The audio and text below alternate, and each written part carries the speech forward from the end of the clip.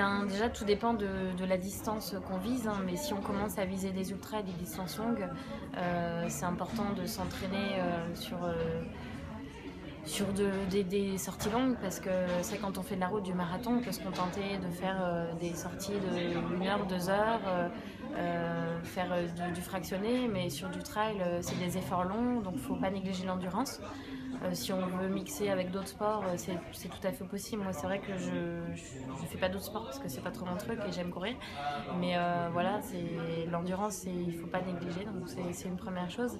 Donc miser d'abord sur l'endurance. Ouais, quand on fait des distances longues, ouais, c'est important. Et puis même à distance égale, en route et en trail, forcément avec le dénivelé, ça va faire des courses qui vont être plus longues.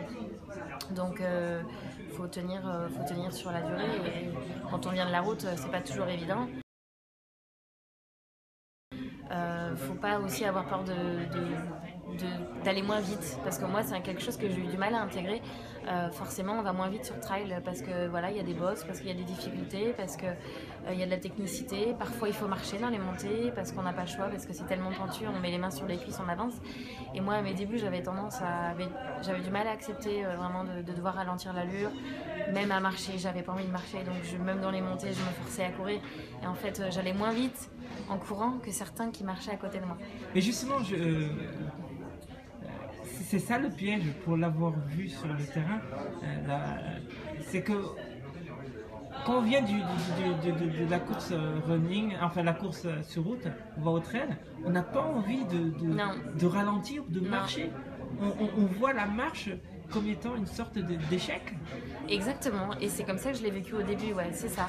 Sauf que ça fait partie intégrante de la discipline, et que c'est nécessaire en fait si on veut tenir sur des distances si longues et autant de temps de course. On est obligé sur ces parties techniques et difficiles de ralentir, sinon on se met dans le rouge, et c'est évident que sur la durée on ne tiendra pas.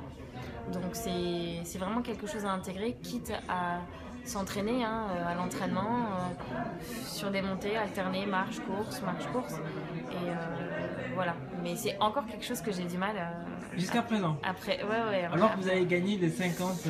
Alors que voilà, j'ai été présente sur plusieurs expérience. courses, mais ouais, moi j'aime courir, donc c'est vrai que c'est difficile pour moi, et c'est pour ça que je préfère les trails roulants que les trails très montagneux, parce que pour moi je suis là pour courir et pas pour marcher. Peut-être vraiment la concentration, un maximum de concentration. C'est-à-dire que quand on fait de la course sur route, on n'a un souci de rien du tout. On regarde quand même où on court, mais il n'y a pas de difficulté technique. Donc on peut regarder les chronos, on peut se concentrer sur devant. Mais en trail, il faut vraiment être concentré tout le temps sur ses pieds, sur le parcours, lever les jambes, parce que la difficulté elle est partout. Et je l'ai vu parce que je me suis fait une cheville gauche, une cheville droite, un pouce. J'ai connu quelques chutes, comme tous les trailers, je pense. Et c'est parce que j'ai manqué de concentration. Et quand on vient de la route, on n'est pas forcément habitué à ça. Donc vraiment une concentration maximale. Et c'est aussi malheureusement quelque chose qui puise sur l'influx. Donc on y laisse un peu d'énergie, forcément, mais ça fait partie de la discipline.